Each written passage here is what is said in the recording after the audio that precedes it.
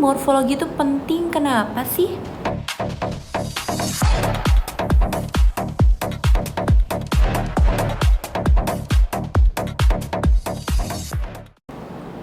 Halo teman-teman semuanya, kembali lagi dengan saya Miftalvia. Pada kesempatan kali ini kita akan membahas terkait dengan penerapan morfologi serta relevansinya dalam pembelajaran bahasa dan linguistik terapan. Pernahkah kita berpikir bahwa bagaimana sebuah kata dapat mengalami banyak bentuk dan makna, tak hanya menambahkan satu ataupun dua huruf di depan atau di belakangnya? Nah teman-teman, itulah keajaiban dari morfologi. Jadi, morfologi adalah ilmu yang mempelajari proses pembentukan kata dan struktur kata, termasuk proses pembentukan kata melalui akar kata seperti afiksasi, reduplikasi, dan komposisi. Menurut teman-teman, morfologi itu penting kenapa sih? Nah, kira-kira apa sih sebenarnya manfaat dari morfologi dalam pembelajaran bahasa dan linguistik terapan? Oke, kita akan membahas dalam pembelajaran bahasa. Nah, dalam pembelajaran bahasa, tentu saja morfologi ini menjadi suatu hal yang sangat penting karena membantu siswa untuk mengetahui dari mana proses pembentukan kata, mengenal pola-pola dalam bahasa, dan juga untuk memperluas kosakata. Dengan memahami morfologi, siswa tidak hanya menghafal kata, tetapi juga dapat menganalisis dan membuat kosakata baru yang dapat diterapkan dalam kehidupannya sehari-hari. Tentu saja ini menjadi suatu keterampilan yang sangat bermanfaat untuk siswa dapat membaca, menulis, dan mengembangkan keterampilannya dalam berbicara. Oke, kalau kita bahas dalam linguistik terapan, di bidang linguistik terapan, morfologi ini berperan sebagai pembelajaran bahasa kedua atau second language, sebagai pengembangan kurikulum, sebagai penerjemahan, hingga teknologi bahasa seperti pengolahan bahasa alami atau biasa yang disingkat dengan NLP.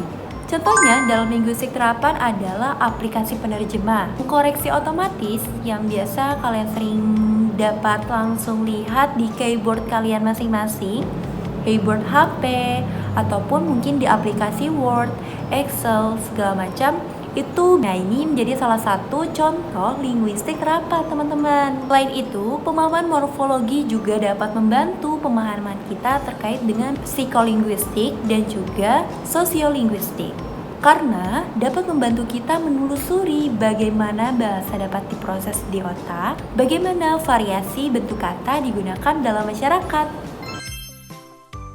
Oke teman-teman, di sini saya akan mengambil salah satu contoh studi kasus mengenai morfologi. Jadi di sini kita akan menganalisis kata-kata morfologi dalam sebuah penelitian dilakukan oleh Kurniatie pada tahun 2023, yaitu dengan judul Proses Morfologi pada Lirik Lagu Tulus dalam Jurnal Pendidikan Bahasa. Dalam penelitian yang dilakukan oleh Kurniati di tahun 2023 mengenai proses morfologi yang terjadi dalam analisis lirik lagu Tulus.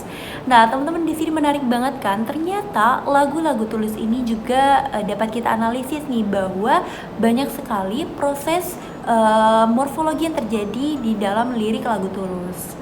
Nah, tetapi di sini kita akan hanya berfokus kepada dua proses pembentukan kata, yaitu afiksasi dan reduplikasi. Seperti yang teman-teman sudah ketahui, bahwa objek penelitian dalam penelitian ini termuat dalam album Manusia pada tanggal 3 Maret 2022, di mana album Manusia ini berisikan 10 lagu, antara lainnya 17, Kelana, Remedi, Interaksi, Ingkar, Jatuh Suka, Nala, Hati-hati di Jalan, Diri, dan Satu Kali. Lagu Tulus ini memang punya ciri khas yang benar-benar dalam liriknya itu lumayan benar-benar membuat kita tertarik ya untuk menganalisis, sehingga album Tulus di sini berdasarkan hasil penelitian Kurniati ditemukan sebanyak 126 kata yang mengalami proses morfologi. Di antara kedua proses pembentukan kata tadi, yaitu adalah afiksasi dan juga reduplikasi. Dari afiksasinya di sini ada prefiks, contohnya itu adalah imbuhan meun, yang dimana kita ambil dari kalimat melihat, yaitu dari lagu Hari Dimana Kau Melihat Dia. Ada yang tahu lagunya seperti apa? Oke, kita setel dulu lagunya. Hari ini Hari di mana ku melihat dia. Asal katanya itu adalah lihat teman-teman, verba, dan masih bersifat verba ya. Nah, terdapat proses pembentukan diubah, ditambahkan imbuhan maka menjadi melihat. Tetapi antara lihat dan melihat itu masih sama maknanya. Nah, ini menjadi perbedaan dari prefiks itu sendiri. Contoh penggabungan ataupun reduplikasi yang akan saya ambil, salah satu contohnya kata semua baik-baik saja. Biar tentram yang berkuasa, kau terlalu berharga untuk luka. Katakan pada dirimu, semua baik-baik saja. Di sini kan teman-teman bisa menggarisbawahi bahwa terdapat penggabungan kata, yaitu adalah baik-baik.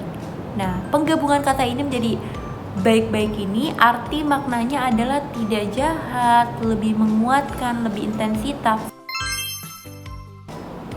Nah, gitu teman-teman, kira-kira yang mungkin sebetulnya proses morfologi ini kita bisa temukan di mana saja, bahkan dari kalimat yang kita ucapkan, dari buku-buku yang kita baca, dari lirik lagu yang kita dengarkan, itu banyak sekali proses morfologi yang terjadi dalam kehidupan sehari-hari kita. Artinya di sini seorang guru berperan sangat penting dalam menerapkan penelaah bahasa untuk seorang siswa dapat mempelajari bagaimana proses pembentukan kata. Nah, linguistik terapan ini dapat diterapkan juga oleh seorang guru dalam pembelajarannya, terkhusus dalam pengajarannya di kelas. Yang dimana seorang guru ini dapat memberikan pijakan tentang prinsip-prinsip pengajaran bahasa asing, yang dimana adanya sebuah pendekatan, metode, dan teknik yang tepat untuk menerapkan pembelajaran terkait dengan linguistik, karena bahasa Indonesia ini cukup menjadi mata pelajaran yang dapat dikatakan sangat padat, sehingga seorang guru harus pandai nih dalam memberikan celah bahwa pembelajaran bahasa Indonesia ini menjadi suatu pembelajaran yang menarik untuk dipelajari, karena bahasa Indonesia yang menjadi salah satu bahasa sehari-hari yang dapat digunakan oleh masyarakat Indonesia tentu saja menjadi suatu hal yang sangat penting. Sehingga seorang guru juga perlu berkreasi bagaimana pendekatan, metode, dan teknik seperti apa yang sekiranya cocok untuk diterapkan. Oke, selanjutnya seorang guru juga dapat memberikan arahan, dapat memberikan pijakan mengenai isi ataupun materi bahasa yang diajarkan, yang dimana harus didasarkan pada deskripsi bahasa yang lebih mendetail, termasuk bagaimana cara mempresentasikannya. Artinya, seorang guru harus dapat mempelajari secara mendalam terlebih dahulu materinya, dan juga dapat mengetahui bagaimana teknik ataupun pendekatan seperti apa yang efektif diterapkan kepada siswa, agar ketika guru mempresentasikan ataupun membahas, mempelajari bersama dengan siswa, itu tidak menjadi suatu hal yang sulit untuk dipahami oleh siswa. Nah teman-teman, jadi segitu aja pembahasan kita mengenai penerapan morfologi serta relevansinya dalam pembelajaran bahasa dan juga linguistik terapan. Kata motivasi nih, jangan pernah mengubah satu huruf kata, karena satu imbuhan kata dapat mengubah arah makna. Begitu pula dengan tindakan kecil dapat mengubah hidup. Belajar bahasa itu ibarat kata menjelajah dunia, dan morfologi adalah peta yang dapat membantu kita untuk memahami setiap sudutnya lebih dalam dan bermakna. Sebagai penutup, mari kita pahami bahwa morfologi bukan hanya alat untuk belajar bahasa, tetapi juga jembatan untuk memahami makna, membentuk pemikiran yang kritis, dan juga memperluas wawasan dalam kehidupan sehari-hari. Sebagai penutup, mari kita pahami bahwa morfologi bukan hanya alat untuk belajar bahasa, tetapi juga jembatan untuk memahami makna, membentuk pemikiran yang kritis, dan juga memperluas wawasan dalam kehidupan sehari-hari.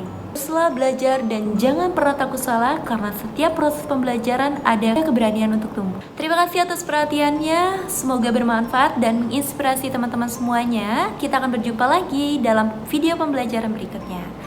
Wassalamualaikum warahmatullahi wabarakatuh. Dadah.